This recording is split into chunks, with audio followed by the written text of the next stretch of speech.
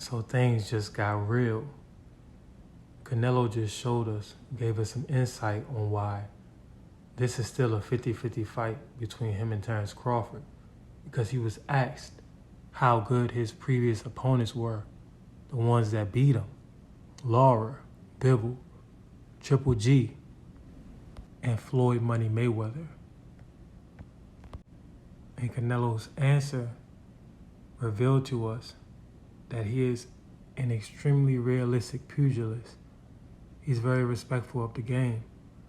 So that means that we know he's prepared. He understands what Bud Crawford is. And also, one thing that I hadn't touched on, I had been negligent because I see how Canelo has declined.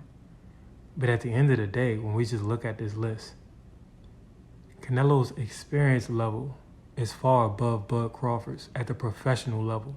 They've both been fighting their entire lives, so it's not like Bud isn't super experienced.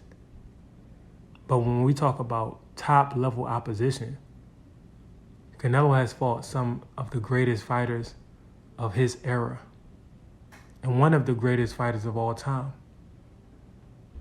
Literally, he's fought some all-time great fighters on more than one occasion.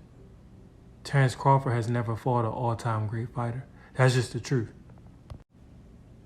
Now, let's get into the ratings of these fights. Or the rankings, I should say. Starting with Triple G. Canelo said that Triple G was a 10 out of 10 because he has power and good IQ, and he has everything. When we look at what Triple G did in the first fight against a Canelo who had failed certain tests, failed certain hair follicle tests and all that, but we're not going to talk about that.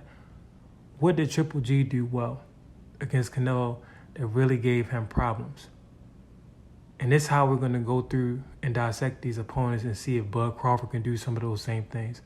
Number one, the pressure. Triple G has relentless pressure. Is that a quality that Terence Crawford has at this age? No. Terence Crawford, like Canelo at this age, he likes to take breaks. He just does, and he needs to, because like Canelo, he's trying to throw them hard shots. He's trying to cause maximum damage, so he's putting forth maximal effort. And when you're throwing those power punches round after round, periodically you're going to need to take a break or a breather. You're going to have to slow down your tempo, as opposed to somebody who's mixing and matching with tapping shots. You know what I mean? A light jab, a flicking jab here and there. Now, another thing that Triple G had was stamina. Terence Crawford also has stamina. Does he have it on the level of Triple G? No. But his stamina is greater than Canelo's. In the first fight between Triple G and Canelo, Canelo was tired after a mere 3 or 4 rounds. He started resting on the ropes. Terence Crawford, even when he's tired, he hides it a lot better. He doesn't have to go to the ropes. He can stay in the middle of the ring. He'll even let you hit him. Like in a Majimov fight, he'll let you hit him right in the face. He'll put his hands up, let you split his guard, and then he'll come back with combinations that are harder than the one shot that you threw.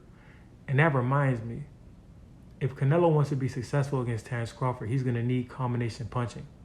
Because for every one hard shot that Canelo is going to throw, Terence is still throwing 5, 6 punch combinations, and they're all power punches. That was the difference between the Majimov fight. That was the difference between Crawford and Majimov, and really why Crawford was able to beat Majimov.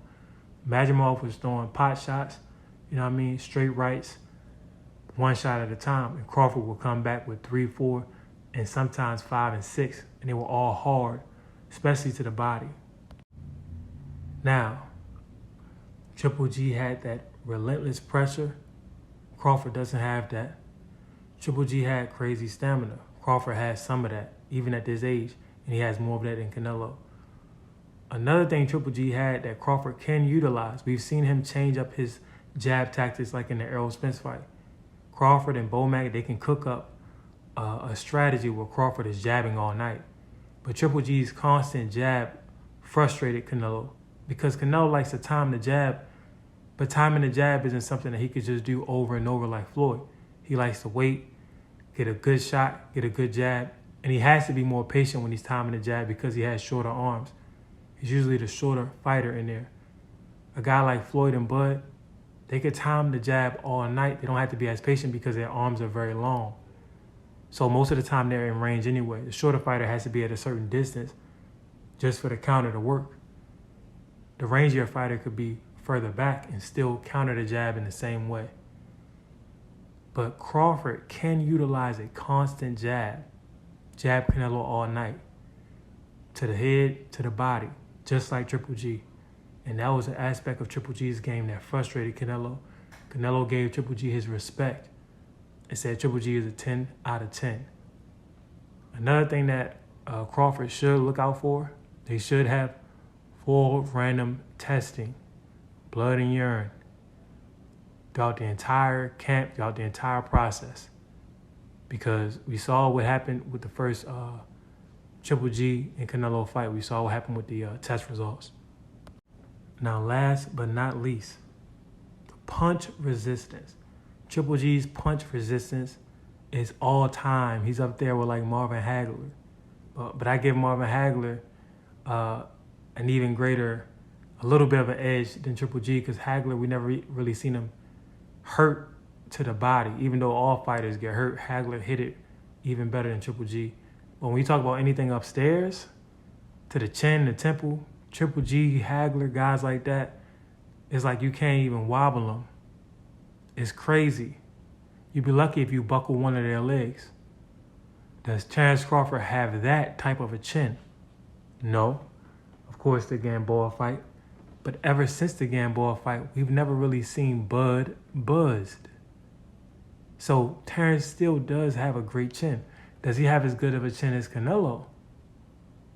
In fact, I would say that Canelo and Bud's chin are on par. They're even with each other, because the same way that Gamboa had Bud on wobbly legs, Jose Cotto had Canelo on wobbly legs. It was early in their careers, and we've never really seen them hurt to that effect ever again. Maybe they've trained their eyes to see the shots coming in better. I don't know.